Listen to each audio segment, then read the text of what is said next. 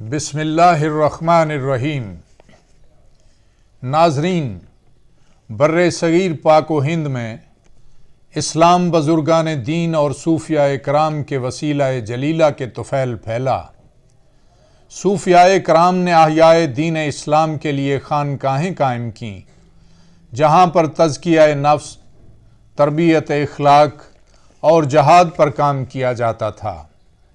आज से 200 साल कबल दीनी मदारस और खानकाहों पर कड़ी निगरानी की जाती थी।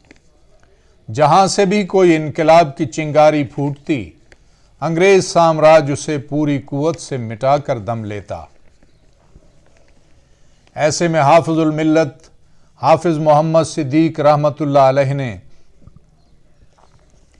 वादी महरान सिंध में ततहीर फ़िक्र व अमल और तामीर सीरत की नीयत से भरचूंडी डहर की सिंध में एक खानकाह की बुनियाद रखी।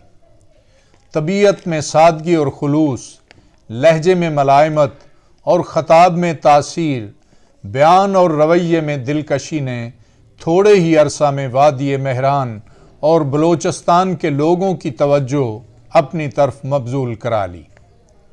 लोग दरगाह को अपनी रूहानी तस्कीन का मरकज़ समझने लगे और मुसलमानों में दीनी और सियासी बेदारी की एक लहर पैदा हो गई। आपके नज़दीक इस दरगाह और दरसगाह को कायम करने के दो बुनियादी मकासद थे, एक इत्तिबाए सुन्नत और इस्लाह आमाल, और दूसरा मुसलमान कौम को अंग्रेज़ की ग़ुलामी से छुटकारा। और ये दोनों काम आपने बतरीक़े आहसन और कमाल हुनरमंदी से सर अंजाम दिए।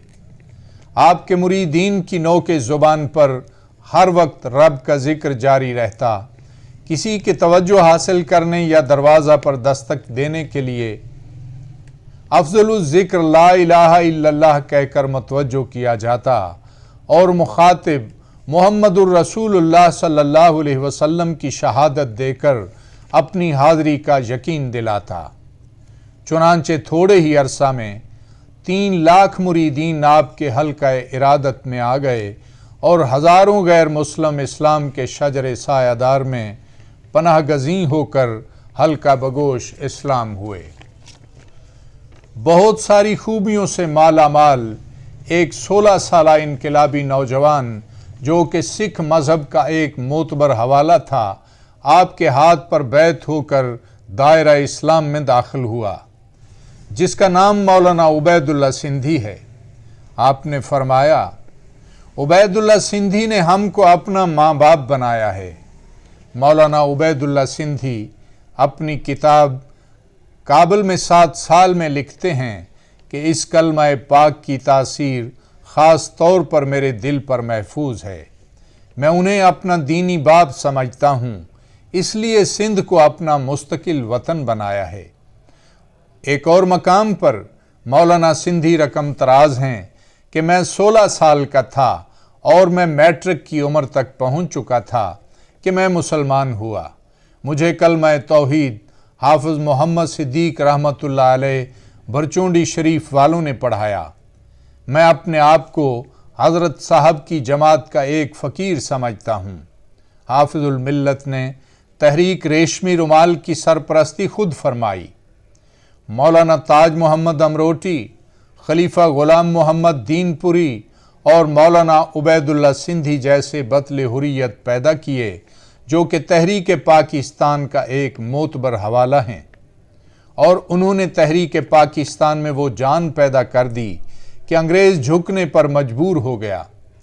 आपके जाननशीन हाफिजुल मिल्लत मुजाहिद आज़म शेख सालस पीर अब्दुर्रहमान ने भी आपके मिशन को जारी रखा।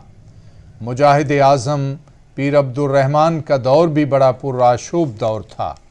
किसी गैर मुस्लिम को मुसलमान बनाना बहुत मुश्किल काम था। इस काम के लिए बाकायदा अंग्रेज़ हुकूमत से इजाज़त लेना पड़ती थी, लेकिन आपकी ज़ात एक ऐसा आहनी कला थी कि जो यहाँ पहुँच जाता वो अपने आप को बरतानिया हुकूमत की हुदूद से बाहर समझता। मसलियत अंदेशों ने आपसे ये कहकर खैर खाही का हक अदा कर दिया कि आप लोगों को मुसलमान बनाना छोड़ दें, लेकिन आपने कहा कि मैं ये काम नहीं छोड़ सकता, नताइज अल्लाह के हाथ में हैं। मुजाहिद आज़म के मिशन को रोकने के लिए हिंदुओं ने आपके बड़े बेटे पर कातलाना हमला कर दिया, जिसमें वो शदीद ज़ख्मी हो गए। जवान बेटे का ज़ख्मों से चूर और खून में लथपथ वजूद आपके सामने पड़ा था। अंग्रेज़ हुकूमत ने कहा कि आप मुकदमा दर्ज करवाएं, लेकिन आपने ये कहकर मुकदमा दर्ज करवाने से इनकार कर दिया कि हमारे नज़दीक ज़्यादा अजीज़ इस्लाम है। इस्लाम की रूह से अगर ये मुल्ज़म रिहा भी हो जाएं, जब भी हमें इस्लाम का फ़ैसला मंजूर है, जबकि तुम्हारे कानून की रूह से इन मुल्ज़मान को अगर सज़ा भी मिल जाए, तब भी हमें इस कानून का फ़ैसला मंजूर नहीं। पीर अब्दुर्रहमान ने तहरीक पाकिस्तान में मुजाहिदाना किरदार अदा किया।